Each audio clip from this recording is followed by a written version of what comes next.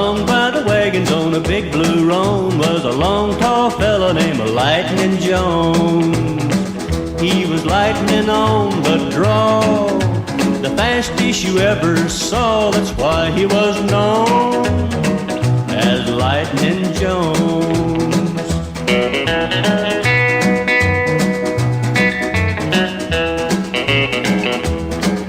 It was in Kentucky that he won his fame when he shot Chief Thundercloud and then it rained.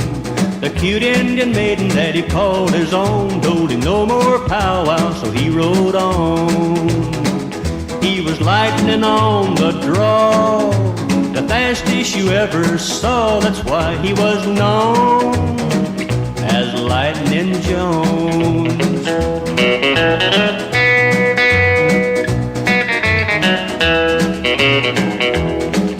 People out in Missouri all knew his name, 'cause he shot the whiskers off of Jesse James.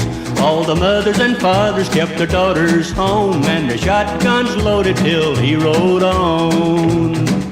He was lightning on the draw, the fastest you ever saw. That's why he was known as Lightning Jones.